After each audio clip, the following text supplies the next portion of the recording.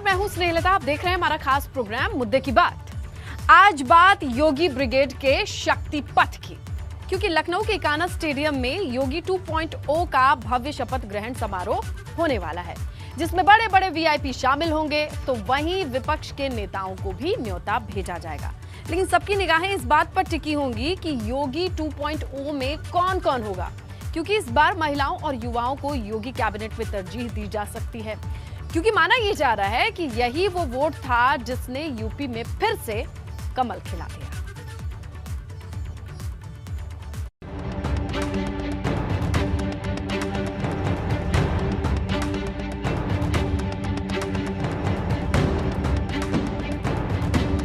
UP में भाजपा का चौका, योगी 2.0 में महिलाओं को मिलेगा मौका। योगी कैबिनेट में युवाओं को तरजीह, नहीं चलेगी किसी की मनमर्जी। देश के सबसे बड़े सूबे की सबसे बड़ी जंग को फतेह करने के बाद सबकी निगाहें योगी कैबिनेट की शपथ ग्रहण पर टिकी हैं, क्योंकि 25 मार्च को राजधानी लखनऊ के अटल बिहारी वाजपेयी इकाना स्टेडियम में प्रधानमंत्री मोदी की मौजूदगी में योगी सीएम पद की शपथ लेंगे। यूपी के राजनीतिक इतिहास में पहली बार होगा जब कोई मुख्यमंत्री अपना पहला कार्यकाल पूरा करने के बाद लगातार दूसरी बार शपथ लेंगे। लेकिन उससे पहले 24 मार्च को लोक भवन के सभागार में केंद्रीय पर्यवेक्षक अमित शाह और सह पर्यवेक्षक रघुवर दास की मौजूदगी में योगी को विधायक दल का नेता चुना जाएगा। लेकिन योगी कैबिनेट में इस बार कौन होगा, इस पर पूरे देश की निगाहें टिकी हुई हैं, क्योंकि इस बार योगी कैबिनेट में युवाओं और महिलाओं को मंत्रिमंडल में बड़ा मौका मिल सकता है। जिन महिला विधायकों को मंत्री बनाने को लेकर चर्चा है, उनमें अंजुला सिंह माहौर, अनुपमा जायसवाल, अदिति सिंह, बेबी रानी मौर्य, गुलाब देवी और प्रतिमा शुक्ला का नाम सबसे आगे है। वहीं कुछ ऐसे कैबिनेट मंत्री, राज्य मंत्री, स्वतंत्र प्रभार और राज्य मंत्री जिनकी छवि ठीक नहीं रही है, जिनसे कार्यकर्ता और संगठन नाराज है, उन्हें इस बार सरकार की जगह संगठन में काम करने का मौका दिया जा सकता है। इनकी जगह पूर्व एडीजी असीम अरुण, प्रवर्तन निदेशालय के पूर्व संयुक्त निदेशक राजेश्वर सिंह और दयाशंकर सिंह जैसे नए विधायकों को मंत्री बनने का मौका मिल सकता है। वहीं एक सवाल दोनों डिप्टी सीएम का भी है। जहां केशव प्रसाद मौर्य चुनाव हार चुके हैं, तो दिनेश शर्मा चुनाव नहीं लड़े। अब चर्चा है कि इन दोनों को या किसी एक को संगठन में भेजा जा सकता है, लेकिन फाइनल तस्वीर क्या होगी ये 25 तारीख को ही पता चलेगा। लेकिन उससे पहले इकाना स्टेडियम में शपथ ग्रहण समारोह की तैयारी शुरू हो चुकी है। जानकारी मिली है कि लाभार्थियों को, जिनका हमारी जीत में महत्वपूर्ण आधार है, लाभार्थियों के माध्यम से मातृशक्ति यानी आधी आबादी का भी सम्मान होगा। आदरणीय प्रधानमंत्री जी की उपस्थिति में इनको भी आमंत्रित किया जा रहा है। मैं समझता हूं कि शपथ ग्रहण समारोह जहां अभूतपूर्व है सरकार की विजय, गठन और अभूतपूर्व होगा शपथ ग्रहण समारोह, और फिर अभूतपूर्व ही होगा कार्यकाल। किसी भी शपथ ग्रहण समारोह में विपक्ष के सभी नेताओं को बुलाया जाता है। कुछ नेता राजनीतिक शिष्टाचार का पालन करते हुए आते हैं और कुछ नेता राजनीतिक शिष्टाचार की अज्ञानता के कारण नहीं आते। शपथ ग्रहण समारोह में प्रधानमंत्री मोदी, गृह मंत्री अमित शाह, रक्षा मंत्री राजनाथ सिंह, भाजपा अध्यक्ष जेपी नड्डा, महामंत्री संगठन बीएल संतोष, चुनाव प्रभारी धर्मेंद्र प्रधान, भाजपा शासित राज्यों के मुख्यमंत्रियों के साथ पार्टी के राष्ट्रीय पदाधिकारी, केंद्रीय मंत्री भी मौजूद रहेंगे।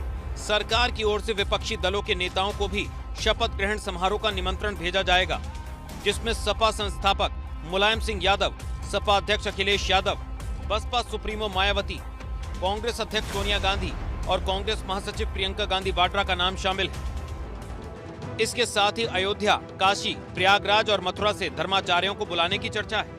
25 मार्च को योगी आदित्यनाथ दूसरी बार उत्तर प्रदेश के मुख्यमंत्री के तौर पर शपथ लेंगे और शपथ ग्रहण समारोह जो है वो लखनऊ का ये जो अटल बिहारी वाजपेयी इकाना क्रिकेट स्टेडियम है यहीं पर होना है। और यहाँ देखिए किस तरीके से तैयारियां जो हैं वो की जा रही हैं। तमाम जो लोग हैं वो इस शपथ ग्रहण में शामिल होंगे, आम लोग भी होंगे, जो लाभार्थी हैं अलग अलग योजनाओं के वो लाभार्थी भी होंगे, और इसके अलावा जो महत्वपूर्ण लोग हैं, जो वीवीआईपी हैं, वो भी इस शपथ ग्रहण समारोह में शामिल होंगे। लेकिन सबकी निगाहें इस बात पर टिकी हैं कि इस बार किसकी किस्मत खुलेगी और किसका पत्ता साफ होगा, क्योंकि योगी कैबिनेट 2.0 में बड़ा बदलाव तय है। Bureau report, ABP Ganga. अब बात शपथ से पहले घमासान की, और ये घमासान हो रहा है उस प्रोटेम स्पीकर पद को लेकर जिसे पाने के लिए 17 उम्मीदवारों के नाम आए हैं। इन नामों में आजम खान और राजा भैया का नाम भी शामिल है। लेकिन प्रोटेम स्पीकर है कौन, कौन बनेगा, इसका फैसला राज्यपाल आनंदीबेन पटेल करेंगी। लेकिन इस पद को लेकर जंग इसलिए छिड़ी है कि ये पद नवनिर्वाचित विधायकों को शपथ दिलाने और विधानसभा अध्यक्ष के चुनाव के लिए सबसे अहम है। ऐसे में किसका पलड़ा भारी पड़ेगा, देखिए इस रिपोर्ट में।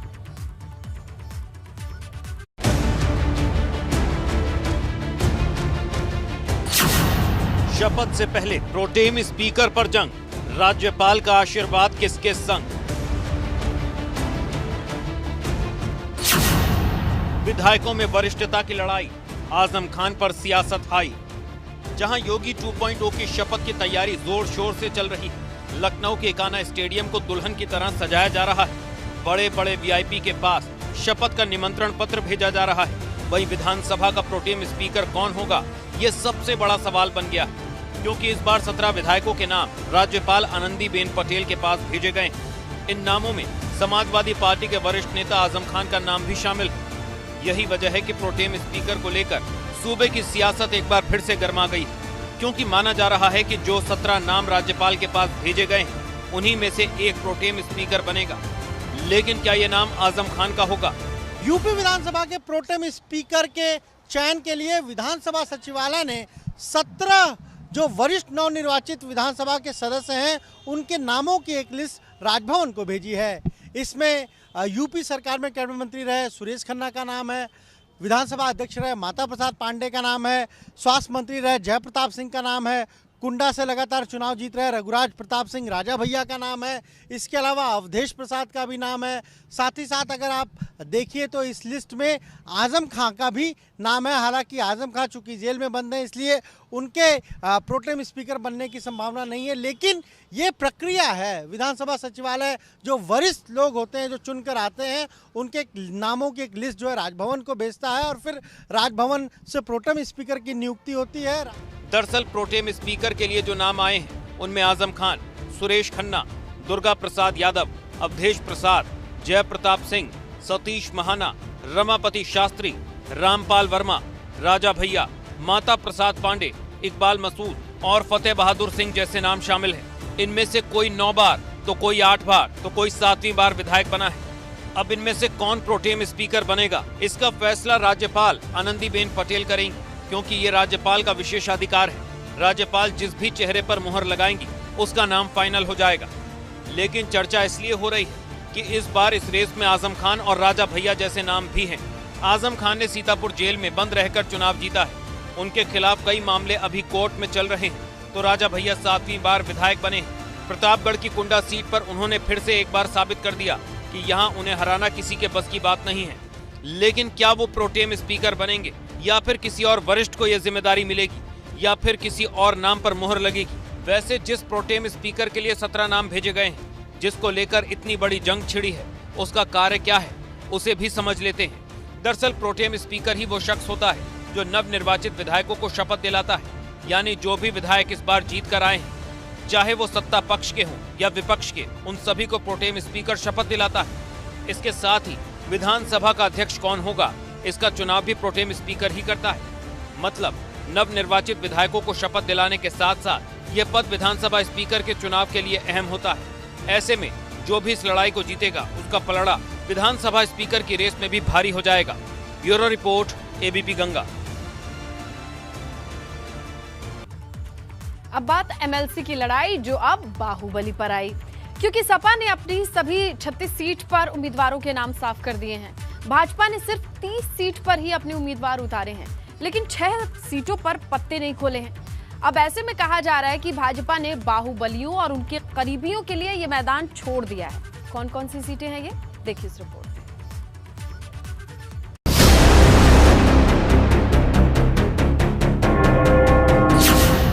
एमएलसी की लड़ाई बाहुबली पर आई। पहले 30 झांकी, आखिरी 6 बाकी। यूपी चुनाव जबरदस्त मूड में है। अभी विधानसभा का वर्ल्ड कप खत्म हुआ तो एमएलसी का T20 भी शुरू हो गया। लेकिन यूपी के उच्च सदन पर किसका राज होगा, इसको लेकर सपा और भाजपा के बीच जंग छिड़ी है। जहां भाजपा इस लड़ाई को जीतकर अपना मोमेंटम बनाने की कोशिश में है, तो सपा भाजपा को हराकर 22 की जंग का बदला लेने की तैयारी में है। क्योंकि जहां समाजवादी पार्टी ने सभी 36 सीट पर अपने उम्मीदवार घोषित कर दिए हैं, वहीं भाजपा ने वाराणसी, जौनपुर और मिर्जापुर में अपने पत्ते नहीं खोले हैं।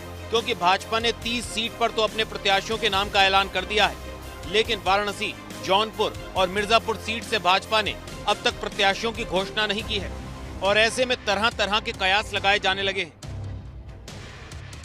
कहा जा रहा है कि भाजपा ने बाहुबलियों और उनके करीबियों के लिए मैदान छोड़ दिया है, जबकि जो प्रत्याशी घोषित होने की आस लगाए बैठे हैं, उनकी माने तो अभी नामांकन के लिए बहुत समय बचा है। लेकिन सच तो यह है कि अब नामांकन में चंद घंटे बचे हैं। बीजेपी ने स्थानीय निकाय प्राधिकार क्षेत्र के लिए जो एमएलसी के चुनाव होने जा रहे हैं, उसके लिए 30 उम्मीदवारों की पहली जो लिस्ट है वो शनिवार को जारी कर दी। तमाम सारे जो उम्मीदवार हैं उनके नाम इसमें देखने को मिले। पार्टी ने अपने जो पदाधिकारी हैं, जो कार्यकर्ता हैं, उनको मौका दिया। इसके अलावा पूर्व सांसद, पूर्व विधायक को भी मौका दिया है और कहीं ना कहीं जो दूसरे दलों को छोड़कर लोग आए थे एमएलसी, उनको भी इस लिस्ट में जगह मिली है, वो भी उम्मीदवार बनाए गए हैं। जिन सीटों पर भाजपा ने अभी पत्ते नहीं खोले हैं, उनमें वो वाराणसी भी शामिल है, जहां से बाहुबली एमएलसी ब्रजेश सिंह लगातार दूसरी बार निर्दलीय प्रत्याशी के तौर पर किस्मत आजमा रहे हैं। वाराणसी की सेंट्रल जेल में लंबे अरसे से बंद ब्रजेश सिंह 2016 में एमएलसी का चुनाव लड़े थे, तो उन्हें भाजपा का समर्थन मिला था। ऐसे में क्या इस बार भी उन्हें भाजपा का साथ मिलेगा? ऐसा ही एक सवाल जौनपुर सीट का भी है। यहाँ ब्रजेश कुमार सिंह उर्फ प्रिंसू ने निर्दलीय नामांकन पत्र लिया है। प्रिंसू को बाहुबली धनंजय सिंह का करीबी बताया जाता है, जबकि भाजपा ने जौनपुर से अब तक अपना प्रत्याशी घोषित नहीं किया है। इसे लेकर जौनपुर जिले के राजनीतिक गलियारों में चर्चाएं शुरू हो गई हैं कि धनंजय सिंह खुद के लिए भाजपा गठबंधन से भले ही विधानसभा का टिकट नहीं ले सके, लेकिन उन्होंने अपने करीबी प्रिंसू के लिए जुगाड़ कर लिया है। वहीं मिर्जापुर की बात करें तो यहाँ से पूर्व एमएलसी बाहुबली श्याम नारायण सिंह और विनीत सिंह जोर शोर से तैयारियां कर रहे हैं। भाजपा में विनीत की एंट्री तो नहीं हो सकी है, लेकिन बीते साल जिला पंचायत अध्यक्ष के चुनाव में अपना दल एस के लिए किए गए उनके प्रयासों को सभी ने देखा है। इसे लेकर चर्चाएं हैं कि आखिरी समय में बात बन गई तो विनीत सिंह भाजपा गठबंधन के अपना दल एस के एमएलसी प्रत्याशी हो सकते हैं।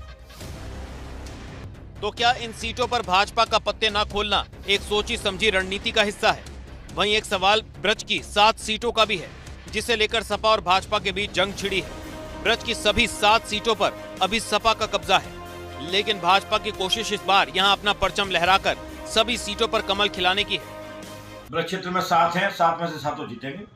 हमने तो कहा था विपक्ष से, और विपक्ष के बड़े नेता आदरणीय अखिलेश जी से कहा था कि आपकी साइकिल खड़ी है नुमाइश में और बाबा आ रहे हैं 22 में, और अखिलेश जी आप फिर ट्राई करना 27 में, लेकिन उन्होंने हमारी बात मानी नहीं। लेकिन मुद्दे की बात यह है कि क्या भाजपा एमएलसी की सभी 36 सीट जीतकर जिसकी सत्ता उसकी विजय वाली परंपरा को कायम रखेगी, या फिर समाजवादी पार्टी इस मिथक को तोड़ देगी?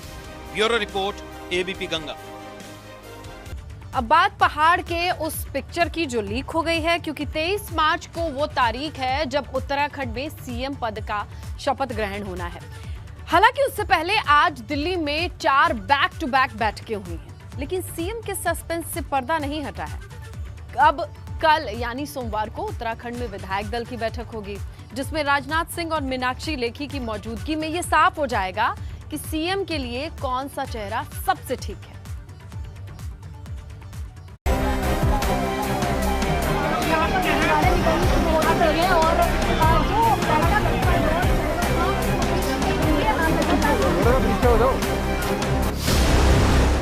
उत्तराखंड का उत्तराधिकारी कौन? शपथ से पहले टूटेगा मौन। मुख्यमंत्री की कुर्सी पर नया मोहरा या रिपीट होगा पुराना चेहरा? उत्तराखंड में भाजपा को जीत तो मिली, लेकिन पुष्कर सिंह धामी की हार ने खेल खराब कर दिया, और ये इसी का असर है कि देहरादून से दिल्ली तक बैठकों का दौर चल रहा है। रविवार को दिल्ली में बैक टू बैक 4 बैठकें हुई।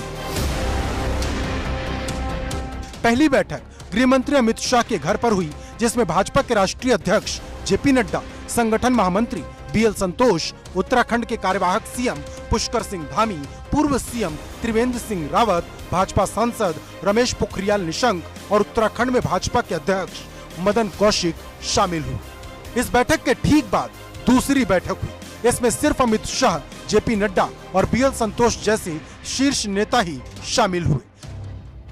फिर तीसरी बैठक रमेश पोखरियाल निशंक के घर हुई। इसमें राष्ट्रीय अध्यक्ष जेपी नड्डा, पुष्कर सिंह धामी, त्रिवेंद्र सिंह रावत, मदन कौशिक शामिल हुए।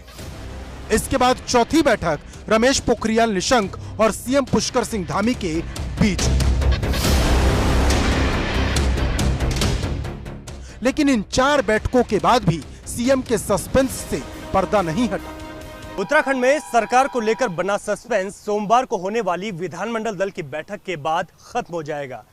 उत्तराखंड भाजपा पर्यवेक्षक राजनाथ सिंह सीएम फेस का ऐलान भी कर देंगे। साथ ही नए मंत्रिमंडल में इस बार किन चेहरों को जगह दी जा रही है, ये स्थिति भी साफ हो जाएगी, इस बात की भी उम्मीद जताई जा रही है। वहीं पुष्कर सिंह धामी और त्रिवेंद्र सिंह रावत ने मंझे हुए खिलाड़ी की तरह गेंद केंद्रीय नेतृत्व के पाले में डाल दी है। प्रचंड बहुमत की सरकार बनी है और उत्तराखंड के अंदर पहली बार मित्र टूटा है कि चूंकि ये केंद्रीय नेतृत्व का मुद्दा है, केंद्रीय नेतृत्व उस पर तय करेगा। सामान्य बैठकें होती हैं पार्टी की, जब भी कोई इस तरह के निर्णय होते हैं तो जो पार्टी के सीनियर लीडर होते हैं उनको पार्टी संगठन उनसे बातचीत करता है। भारतीय जनता पार्टी का ही सीएम होगा। आप सबकी निगाहें सोमवार पर टिकी हैं, क्योंकि पर्यवेक्षक राजनाथ सिंह और मीनाक्षी लेखी सोमवार दोपहर 2 बजे उत्तराखंड पहुंचेंगे, जिनके जाने के बाद ही पूरी तस्वीर साफ होगी। क्योंकि शाम 5 बजे विधायक दल की बैठक होनी है, जिसमें विधायक अपना नेता चुनेंगे और इसी के साथ साफ हो जाएगा उत्तराखंड का उत्तराधिकारी कौन बनेगा। Bureau report, ABP Ganga. अब बात पोलियो पर फुल एंड फाइनल प्रहार की, क्योंकि दुनिया के कई देशों में फिर से पोलियो फैलने लगा है। अब ये बीमारी हमारे देश में तांडव ना मचाए, इससे पहले ही सूबे के मुखिया योगी आदित्यनाथ ने इसे जड़ से खत्म करने की कसम खाई है और करीब 4 करोड़ बच्चों की जिंदगी को 2 बूंद जिंदगी की पिलाने का संकल्प लिया है।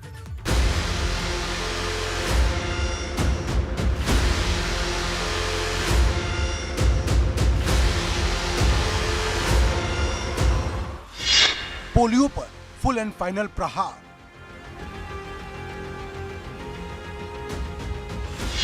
तीन करोड़ 80 लाख बच्चों को मिलेगा सुरक्षा कवच।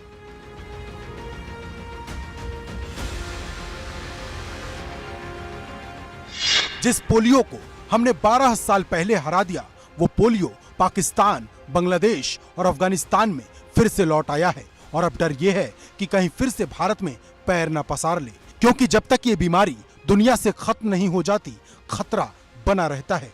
यही वजह है कि अब सूबे की योगी सरकार ने इसे जड़ से खत्म करने की कसम खा ली है और पोलियो पर फुल एंड फाइनल प्रहार करते हुए सूबे के मुखिया योगी आदित्यनाथ ने 5 साल तक की उम्र के 3 करोड़ 80 लाख बच्चों को पोलियो की दवा पिलाने का संकल्प लिया है। जो बातें दुनिया के अंदर देखने को मिली है कि पाकिस्तान और अफगानिस्तान में अभी भी पोलियो से जुड़े हुए मामले देखने को मिले हैं और बीमारी संक्रामक होने के नाते इसका खतरा लगातार बना रह सकता है। इसलिए जब तक कि पूरी दुनिया से इसका पूरी तरह उन्मूलन नहीं हो जाता है, तब तक इस सतर्कता के लिए हमें न केवल वर्तमान को बल्कि भावी पीढ़ी को भी बचाने की दिशा में